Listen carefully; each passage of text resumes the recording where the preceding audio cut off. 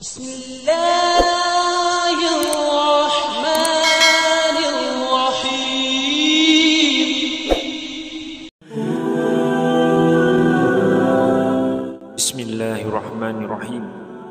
Assalamualaikum warahmatullahi wabarakatuh. Syukur alhamdulillah kita masih dipertemukan kembali di channel ini. Salawat dan salam selalu dan tetap tercurahkan kepada junjungan kita Nabi besar Muhammad sallallahu alaihi wasallam. Allahumma sholli ala sayyidina Muhammad wa ala ali sayyidina Muhammad. Harapan dan doa saya semoga sahabatku semuanya selalu diberikan kesehatan, dilapangkan rezekinya, diampuni dosa-dosanya, dipanjangkan umurnya, dan semoga kita tidak mati kecuali mati dengan beriman dalam Islam. Dan sempatkanlah menuliskan sholawat di kolom komentar. Insya Allah akan menjadi bukti cinta kita kepada Rasulullah Muhammad sallallahu alaihi wasallam. Semoga kita semua mendapatkan syafaat beliau di akhirat kelak. Amin ya rabbal alamin. Sahabat beriman yang dirahmati Allah, manfaat menikah di dalam Islam tidak hanya menyatukan dua orang antara laki-laki dan perempuan saja. Secara tidak langsung, pernikahan juga menyatukan dua keluarga besar, yaitu keluarga laki-laki dan keluarga dari pihak perempuan. Dan di zaman sekarang ini, mungkin sudah banyak kasus pertengkaran antara menantu dengan mertuanya. Hal ini mungkin bisa terjadi karena kesalahpahaman ataupun perbedaan pendapat di antara keduanya. Dan bagi beberapa pasangan, hal tersebut bisa menyebabkan konflik dalam rumah tangga. Bahkan yang lebih parah, hubungan yang kurang baik antara mertua dan menantu bisa berdampak pada keretakan rumah tangga seseorang. Untuk menghindari hal tersebut, maka Islam menyarankan kepada para pasangan yang sudah menikah, sebaiknya hidup dan tinggal terpisah dari kedua orang tuanya. Hal ini karena tidak semua mertua atau orang tua kita bisa sejalan dengan pemikiran dari menantu atau bahkan dengan anaknya sendiri, sehingga kehadirannya terkadang justru membawa dampak negatif dalam rumah tangga sang menantu dan anaknya sendiri. Sahabat beriman yang dirahmati Allah, berikut ini adalah 3 dosa besar yang dilakukan oleh mertua kepada menantunya. Yang pertama, menuntut menantunya supaya sesuai dengan keinginan sang mertua.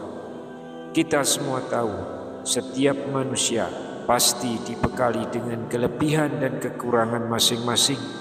Ada menantu yang pandai memasak, namun kurang pandai dalam hal mengurus anak. Ada yang pandai kerja mencari uang, namun ternyata kurang pandai dalam memasak atau dalam mendidik anak, dan lain sebagainya. Oleh karena itu, sebaiknya para mertua juga sadar akan kelebihan dan kekurangan dari menantunya itu, dan sebaiknya tidak perlu memaksakan kehendak sesuai dengan keinginannya. Jika ada seorang mertua yang menuntut menantunya harus sesuai dengan kehendaknya, maka hal seperti itu sangat tidak dibenarkan dalam ajaran Islam. Bahkan hal itu bisa memicu pertengkaran antara sang mertua dengan menantunya, yang akhirnya hanya akan mendapatkan dosa besar. Untuk itu, buat para mertua, daripada hanya bisa menuntut, alangkah lebih baik jika kalian para mertua doakan yang terbaik untuk keluarga anak dan juga menantunya itu, supaya tercipta keluarga yang sakinah ke depannya. Yang kedua, ikut mencampuri urusan rumah tangga menantu. Apakah disadari atau tidak, kadang mertua sering ikut mencampuri urusan rumah tangga dari menantunya. Padahal mencampuri urusan rumah tangga menantu merupakan hal yang tidak dibenarkan dalam syariat agama.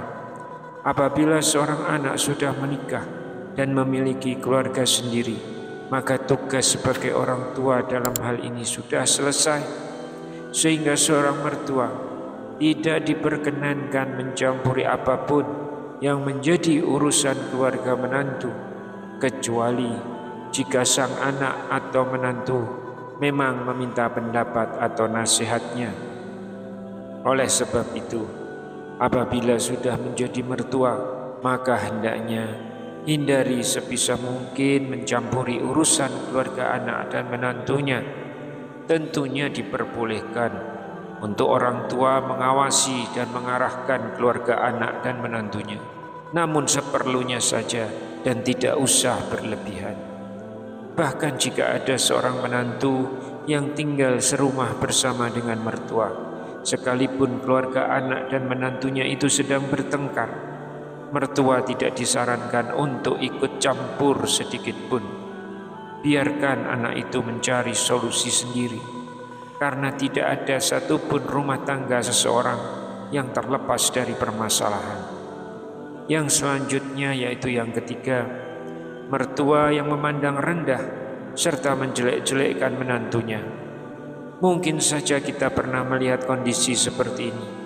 Ada seorang mertua yang sering memandang rendah menantunya atau bahkan menjelek-jelekkan menantu di belakangnya. Hal ini bisa terjadi karena beberapa hal. Misalnya karena sang menantu yang kurang mampu secara harta, atau belum mapan ekonominya, atau karena berasal dari keluarga yang biasa-biasa saja. Hal seperti ini yang sering menjadi penyebab di masyarakat kita, yang akhirnya si mertua akan memandang rendah, lalu kemudian menjelek-jelekkan menantunya di depan orang lain. Mungkin daripada hanya menjelek-jelekkan orang lain, yang dalam hal ini adalah menantunya sendiri, akan lebih baik jika sang mertua introspeksi diri. Kenapa Allah mempertemukan anaknya dengan si menantu? Apa rahasia Allah di balik pernikahan anaknya itu? Pasti ada hikmah yang bisa diambil dari seorang mertua atas hal tersebut. Bahkan jika menantunya adalah seorang yang biasa-biasa saja dan belum memiliki apapun, karena memang sedang berjuang dalam pekerjaannya, akan lebih baik jika sang mertua memberikan dukungan serta motivasi kepada apa yang sedang dikerjakan oleh menantunya itu, selama hal itu baik dan tidak menyimpang dari ajaran Islam. Karena semua itu kembali kepada kebaikan keluarga dari anak dan menantunya kelak. Sehingga insya Allah dengan begitu seorang mertua tidak dikatakan berdosa kepada menantunya. Untuk itu kepada para mertua, sebaiknya hindari ketiga dosa besar tersebut dan biarkan sang anak serta menantunya untuk memilih jalannya sendiri, sekalipun sang menantu masih tinggal serumah dengan mertua. Insya Allah dengan memiliki sikap seperti itu akan tercipta sebuah keluarga besar yang harmonis. Marilah kita saling mendoakan. Semoga Allah Subhanahu wa Ta'ala selalu melimpahkan rahmat dan keberkahannya untuk kita semua. Amin ya Rabbal Alamin. Wallahu a'lam bishawab. Demikian yang bisa saya sampaikan di kesempatan kali ini. Semoga dapat memberi manfaat untuk kita semua. Wassalamualaikum warahmatullahi wabarakatuh.